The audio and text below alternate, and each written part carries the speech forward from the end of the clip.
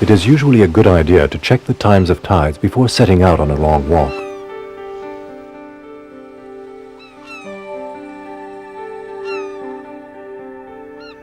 To the south, the chalk arm reaching into the sea is massive and intact. This is Courtine Point.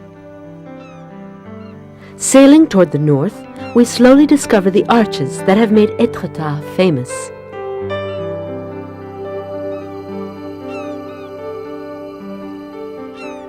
Mandeport is gigantic, 82 meters high. It rivals with the Aval Arch. Here one can sail under the arch only when the tides are highest.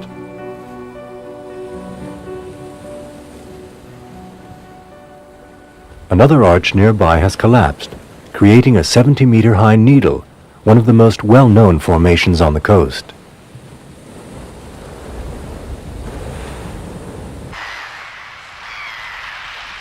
The sea-battered Amont Arche to the north is heftier. 39 meters high, it marks the northern limit of the Étretat arches. The cliffs of Amont were the setting for an unusual ceremony in 1884. That year, an Indian prince died suddenly while visiting Étretat. Hindu ritual required that he be cremated immediately, but cremation was not legal in France at the time. In order to avoid a diplomatic incident, the French government authorized the prince's family to discreetly build a bonfire on the pebble beach at the foot of the cliffs. At nightfall, the prince's remains were set aflame, at a spot just meters from the sea. American painter Henry Bacon witnessed the secret cremation, as did French writer Guy de Maupassant. Innumerable famous figures in art and literature have been inspired by Étretat's superb coastline. French writer Maurice Leblanc was a frequent visitor to Étretat and made it the setting of one of his detective novels starring Arsène Lupin. 40 or 50 meters from that impressive arch known as the Aval that stretches from the upper edge of the cliff like the enormous branch of a tree reaching out to take root in the underwater rocks, there is a limestone cone. This cone is nothing more than the tip of a rock sitting like a pointed cap over a vacuum. The needle of Étretat is hollow. And it would become the fabled hideout of the novel's hero, Arsène Lupin, the gentleman burglar. Actually, Lupin's discovery is entirely fictional. But does it matter if it's only imaginary? Maurice Leblanc's description of the hollow needle is so wonderful, it seems almost real.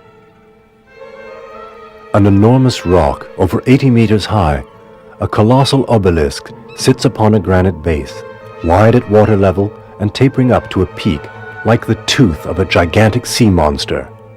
White like the cliffs, a dirty gray-white, the frightening monolith was striped with horizontal lines of flint, where one could see how time had worked slowly for centuries, piling the layers of limestone and pebbles one upon the other. The whole was powerful, solid, formidable. It looked like something indestructible against which the furious assaults of waves and storms could do nothing, with a sort of finality about it all, imminent, grandiose despite the high cliff wall that rose above it, immense despite the space in which it stood. It's said that there was a vast shipbuilding yard at Étretat in 55 BC, when Julius Caesar was preparing his invasion of England. An expedition that came close to catastrophe because the Romans knew nothing about tides. They left their boats on the English beaches just as they were used to doing on the Mediterranean, where there are hardly any tides. In 26 AD, Emperor Tiberius left Rome, but not to move to the British Isles. He chose a small island off the Sorrento Peninsula. Almost 2,000 years later, Isola di Capri is still drawing celebrities.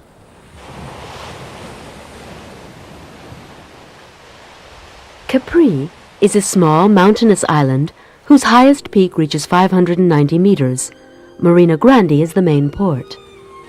Because the island's coastline is so straight, artificial jetties had to be built to protect and organize ship traffic.